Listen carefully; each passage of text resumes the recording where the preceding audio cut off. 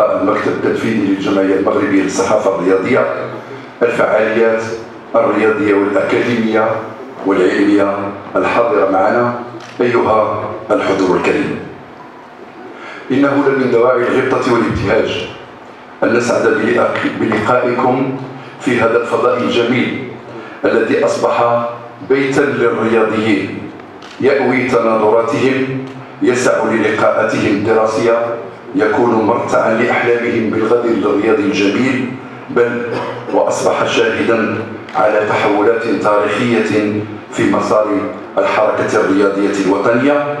وطبعا فإن ما نلتئم حوله اليوم حلقة حوارية ذات أبعاد ودلالات كثيرة. Bonjour. Alors, que pense le ministère de la Jeunesse et des Sports d'événements de la sorte? Que représente pour le ministère l'organisation d'un tel forum qui parle grosso modo du sport national et bien sûr de sa contribution au développement des capacités humaines au Maroc? Non, le ministère ne peut qu'adhérer à ce genre d'initiative. Surtout la thématique, il est d'actualité. Le sport, comme vous avez, au niveau du forum, il y a 3 niveaux de lecture. Il y a le sport en tant que développement social. Il y a le sport en tant que secteur de développement économique. Il y a le sport en tant que vecteur de diplomatie parallèle. En tant que développement social, la pratique sportive, il est bénéfique pour la société. Vous savez, mettre en place une génération sportive, ça va mettre en place une génération bonne santé. Ça veut dire une génération performante au niveau de sa scolarité, au niveau de la valeur ajoutée de cette génération au niveau du développement économique.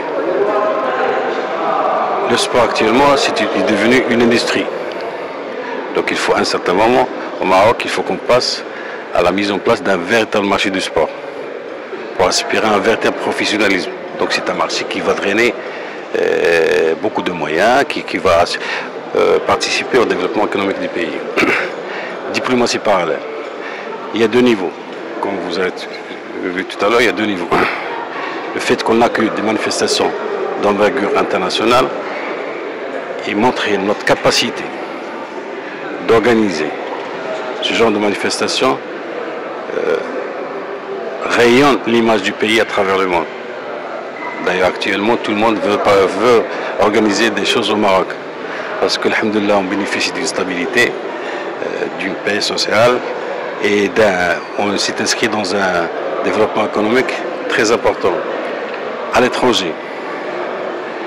Donc, nos sportifs, quand ils participent au niveau de manifestation internationale, donc il y a l'image du pays qui véhicule. Nos responsables, les présidents de fédérations, nos représentants au niveau des fédérations internationales, tous participent à un rayonnement de l'image du pays. Donc en fait, c'est un cercle qui est vertueux. Alors, justement, le ministère de la Jeunesse et des Sports a placé, si on peut dire, sous le signe du changement, le début de cette année. C'est-à-dire qu'on a vu plein de choses qui se sont faites, l'audit des fédérations, la récente circulaire sur les terrains de proximité. Alors, est-ce que ça va prendre plus d'importance pendant cette année qui vient? Non. D'ailleurs, cette année, c'est le développement de la pratique sportive. Il faut que la pratique sportive soit à la portée de tout le monde. Donc, vous voyez le programme du ministère en termes de mise en place des centres socio-sportifs, des terrains de proximité pour permettre à un large public d'accéder à une pratique sportive. Deuxième, oui, l'audit des fédérations. Oui, l'audit des fédérations, c'est dans le cadre de l'accompagnement des fédérations à mieux se structurer en vue d'un meilleur professionnalisme. L'audit, il ne faut pas le prendre comme un acte de...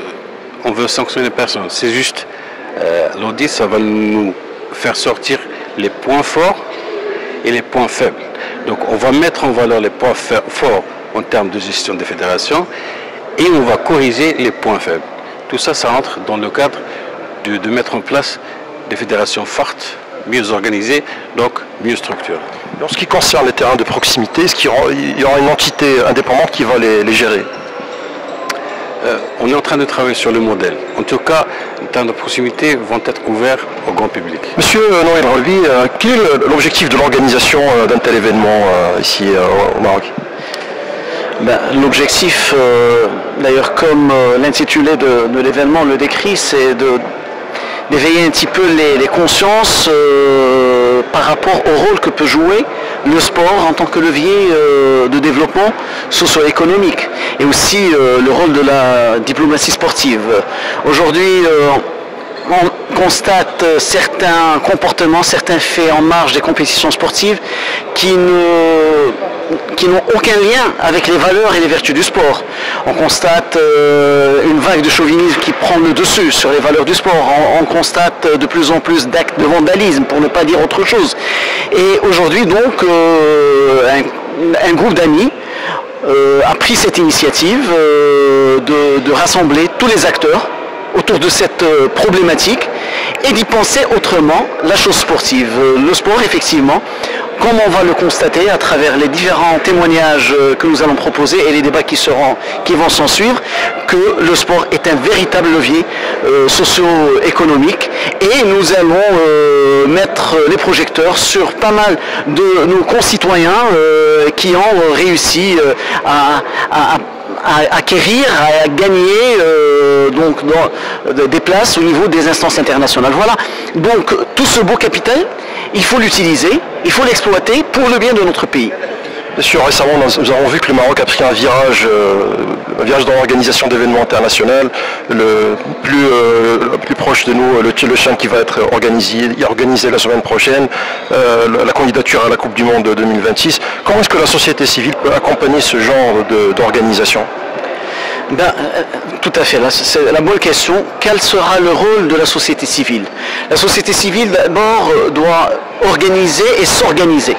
Elle doit s'organiser pour pouvoir mieux encadrer la jeunesse, pour mieux transférer, j'ai envie de dire, une fois encore, les valeurs du sport à la société. On entend beaucoup parler de cette crise de valeurs au niveau de notre société. Et le sport, il peut transférer ces valeurs, les valeurs du fair play, les valeurs de l'acceptation de l'échec, chose qu'on commence à perdre, alors que c'est grâce à l'échec, je dis bien grâce à l'échec, que nous pouvons avancer, que nous pouvons évoluer, que nous pouvons développer et se développer. Et tant qu'on n'acceptera pas une défaite dans un match ou une défaite dans toute initiative, jamais on progressera. Donc, si on arrive à imprégner la culture sportive au sein de notre société, je crois fermement que beaucoup de choses vont changer. Monsieur Nasser Arguet, quelle est votre vision à vous et celle de la Fédération royale marocaine du développement du sport national?